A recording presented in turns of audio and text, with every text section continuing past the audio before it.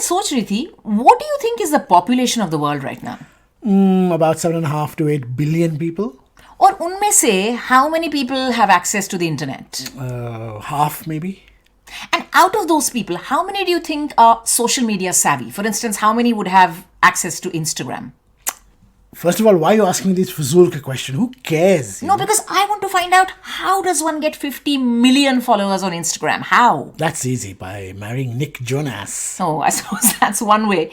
Actually, I did have Priyanka Chopra in mind when I asked you that. But I can tell you how you don't get 50 million followers. How's that? By putting up photos of trees, sunsets, tube stations, omelets.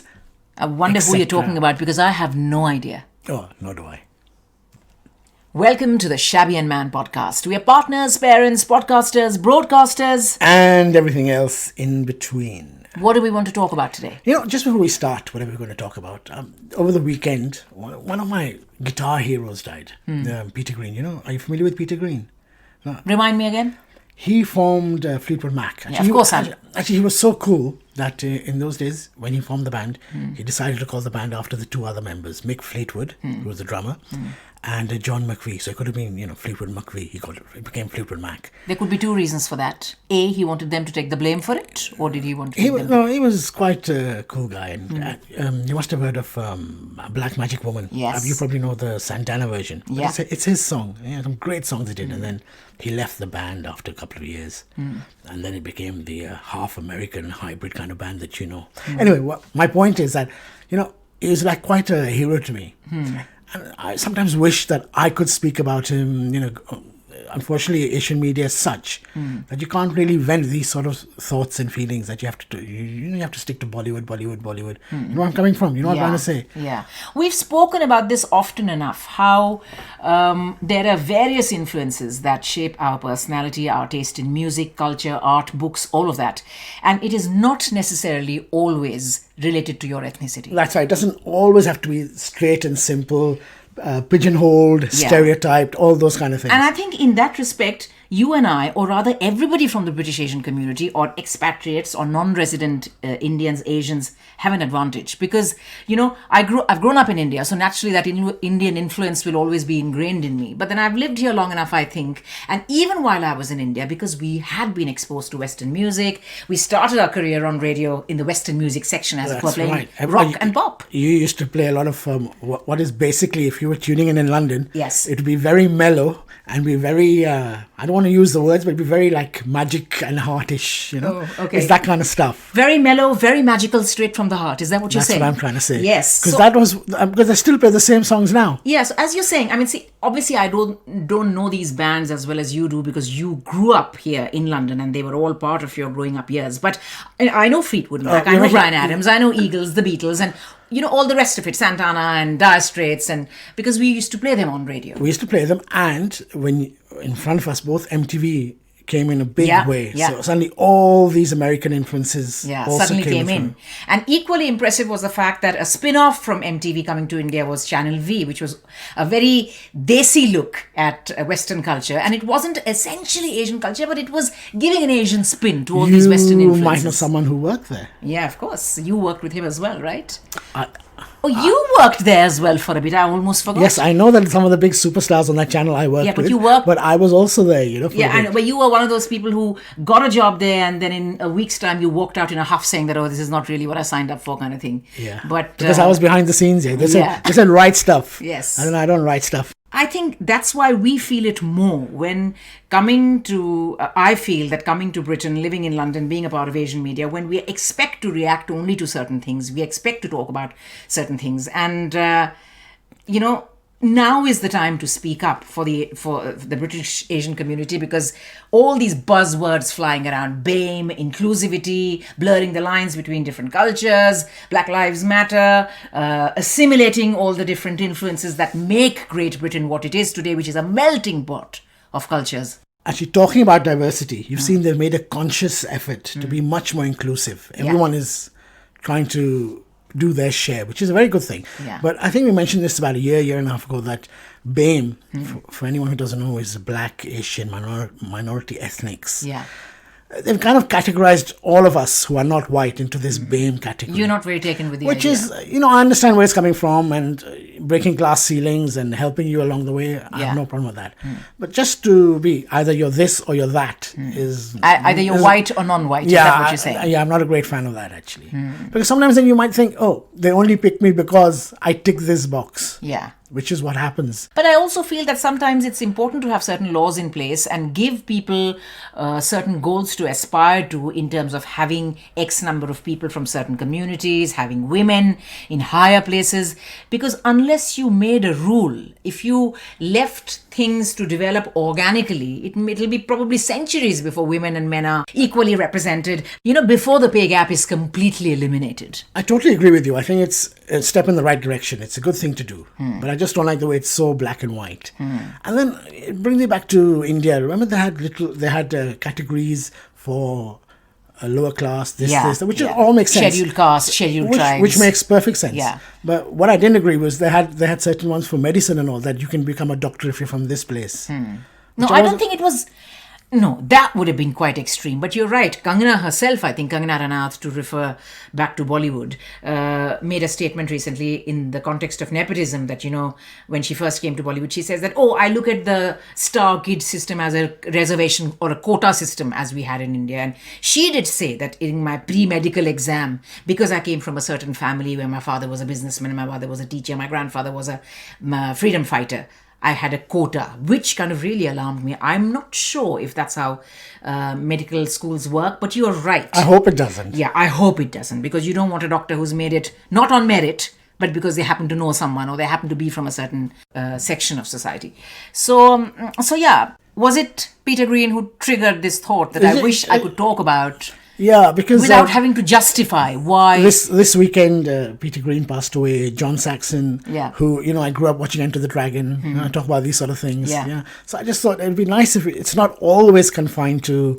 I was actually Bollywood. Quite grateful because you put it in context for me. To me, John Saxon means absolutely nothing because I wasn't a big fan of the Bruce Lee films.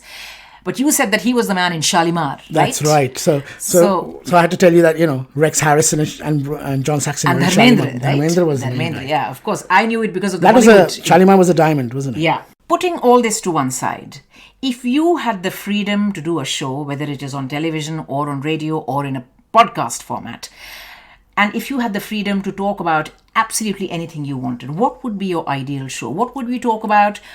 If you had to play music, what kind of music would you play? That's my whole point. It'd be a whole mishmash of things that interest me. Yeah. It doesn't have to be that I only play Bhangra or only play Bollywood or I only talk about so-and-so thing. I have a lot of interests. Yeah. So you would like to talk about anything that resonates with you. Exactly. I can be from both sides of the world, from wherever. If I want to talk about Suitable Boy, because Suitable Boy at the moment, though totally digress, people have had a very mixed reaction to the first episode. Which is quite surprising because, there were sections of the press, those who had seen previews, and they were completely going gaga over it. And I have to mention this, that I won't tell you how many years ago, but many, many years ago when I first came to this country, it was one of the first audio tapes that I bought from Borders, the famous bookshop in Oxford Circus. It's American chain. It's an American closed chain. down. And do you remember we paid a lot of money for that 4-cassette compilation? And Suitable Boy, it was the Suitable Boy done for Radio 4. And it had been recorded completely in India, in Mumbai and Pune, with a stellar cast. It was one of the most riveting audio plays I had ever heard in my life. It was the audio version of Suitable Boy which led me to the book. My mum had the book for years and years, but it was after hearing this that I was actually tempted to buy a copy myself and read the book. Just another story that I used to go to all these parties years and years ago in Delhi. And I always used to see media parties, you mean? You still go to parties? And I always used to see Roshan Seth here and there, yeah? And obviously for me, he was Buddha of suburbia, while for everyone else, he was... Nehru, yeah. For you, he was Buddha of suburbia. He was in Buddha of suburbia, which was he was the dad. Yeah, I would have thought that the most famous role he's ever done is Nehru in I think he was Naveen Andrew's dad in it. All right.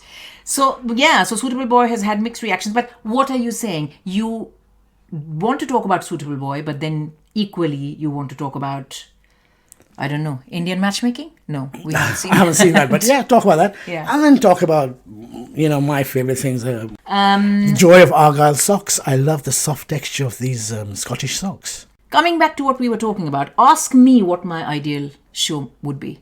So, Shaborani, what would be your ideal show? I don't care whether it is on television or whether it is in a podcast form or whether it is on radio, but I love interviewing people. And I think my ideal show would have to be a chat show.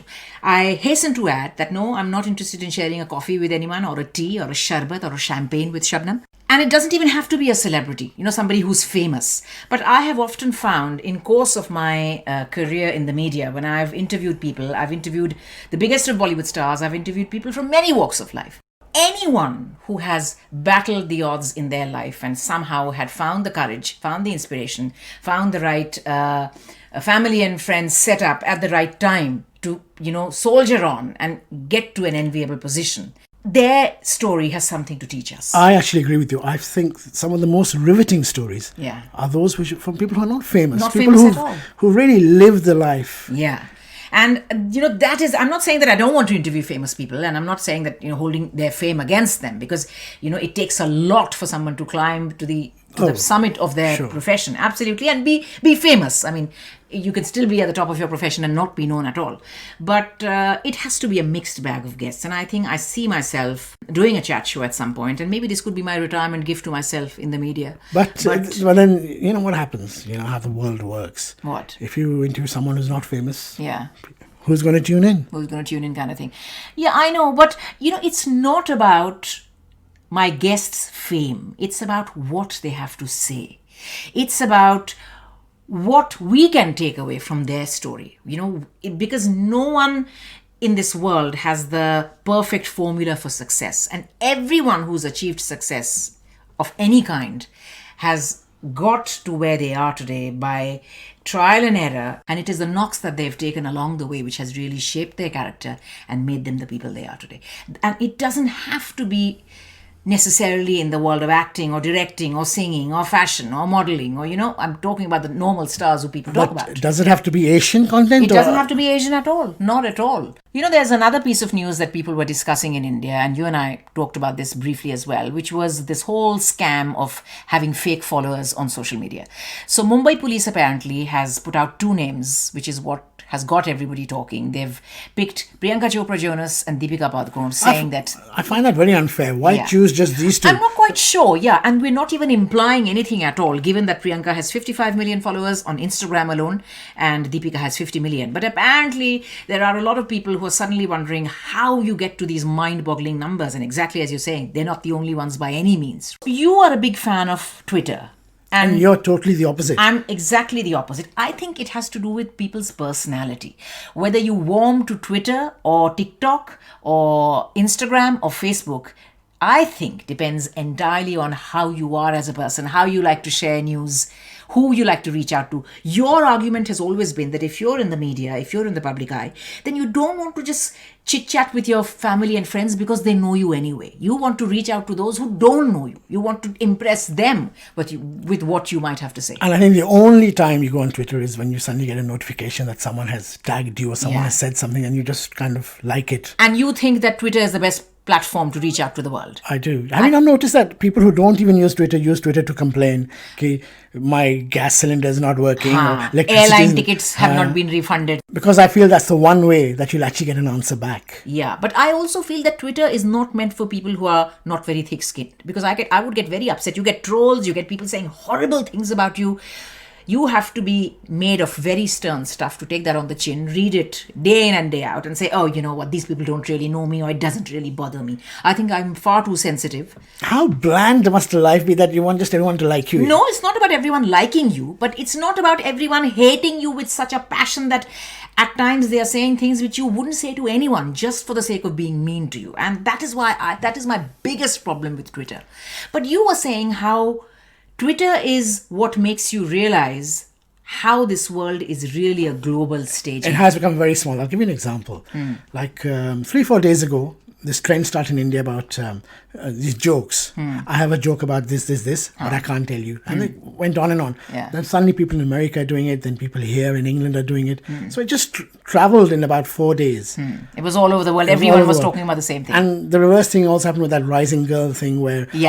Kim Kardashian all are putting up a black and white photograph, and suddenly Bollywood stars are putting Takes up about black and 2 days white. for Bollywood to catch on. Bollywood stars are putting up black and white photographs. Yeah. So you're saying that, the whole world is talking It's about... a very, social media has made the world a very small place. Yeah. And I think you should sometimes use it to your advantage, and Yeah, but it's not a question of using it sometimes. It's one of those things where either you get sucked in and you get addictive and you're tweeting like all day long about the most mundane things. I like to put mundane things on Instagram. It's not that I'm not into mundane things, but I like to put them on Instagram. But you know what? Talking about social media followers, a couple of Bollywood stars have been in the news for talking about nepotism, talking about various things. Rahul Roy, who became an overnight sensation 30 years ago when Ashiki came out.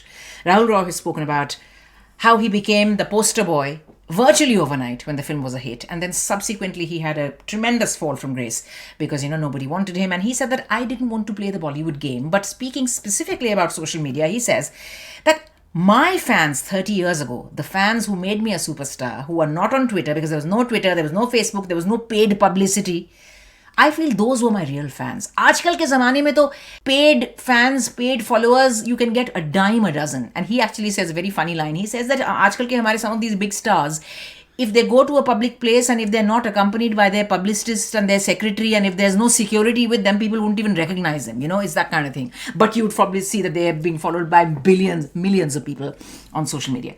So that is again another, I think he's again a bit like me. He's not a big fan of social media and he says that somehow things are not that organic. Things are very structured, manufactured, pre-planned and I don't know, very synthetic in the world of social media. That's what he feels. Even A.R. Rahman was in the A.R.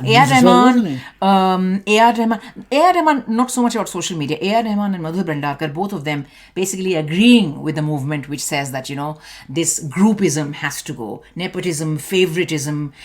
And it's not just a case of, you are Javed Akhtar's son, or you are Amitabh Bachchan's son, or you are Shatrughan Sinha's daughter, so I'm going to choose you. They are saying our beef is with the fact that you are Javed Akhtar's son, so I will choose you, but I will also make sure that somebody who is a nobody, who's trying to get into Bollywood, I will make sure that, they don't even have access to the auditions or they don't even have a chance at getting anywhere near. I think over the weekend, Zoya Akhtar mentioned the fact that if a barber has a dukaan, he will obviously, his son will also become a barber. But my problem with that statement is that that's fine. That makes sense. But that doesn't mean you make the whole street, you make sure that no one else can become a barber on that street. That's the problem, I think. Yeah. But I think it's one of those things which is not going to go away overnight, and it's going to need a lot of effort on everyone's part to make sure that Bollywood is a more democratic place, that it's a level playing field. In fact, in this nepotism debate, somebody also pointed out that the public has to take its share of the blame. If you stop watching movies that are only by these star kids, and if you start rubbishing them, if they are rubbish, if you say so, as you would if it wasn't a star kid, then automatically, if their profits drop and if they know that they have to work very hard to get your money, to get your interest, to get your respect, then automatically the star system would disintegrate, or it wouldn't have such a tight grip on Bollywood. I think that's easier said than done. Easier said than done, perhaps, but there is a grain of truth in that as well, because at the end of the day, Bollywood किसी के माँ बाप का नहीं है. It only runs on money and money alone. Profit is the only blood that runs in Bollywood's vein, as long as people know that. I'm just smiling. At the start of this podcast, I did this tirade. I gave this bhajan that, don't box tick us and we don't only talk about Bollywood. And what have we ended up doing? Talking about Bollywood. I know. Maybe, just maybe, to prove our point that we don't just talk about Bollywood, we should do a podcast about all these wonderful music festivals that we've been to over the years. We've done, other than Glastonbury, I'd like to think we've done quite a few big ones. Okay, other than Glastonbury and Download and V and all the ones meant for these young people. We've done some very, very good. Well, sorry, what makes you think I haven't done Glastonbury before I met you? Maybe you've done Glastonbury before. Don't be so presumptuous. Okay. So maybe we should talk about that and how we're big fans of that as well, and big fans of not just the music and the bands, but of the ambience and everything that... So what did you used to do in your days? You used to go to the IIT... Fest. Yes. Time to say bye-bye, I think. This is when we start rambling and we know that it's time to wrap up. Oh, by the way, do please rate us, subscribe, do all the things you do. And follow us on socials. And follow us on social media. We may not have 55 million followers, but we have at least 55. Just about. See you next time. Bye-bye.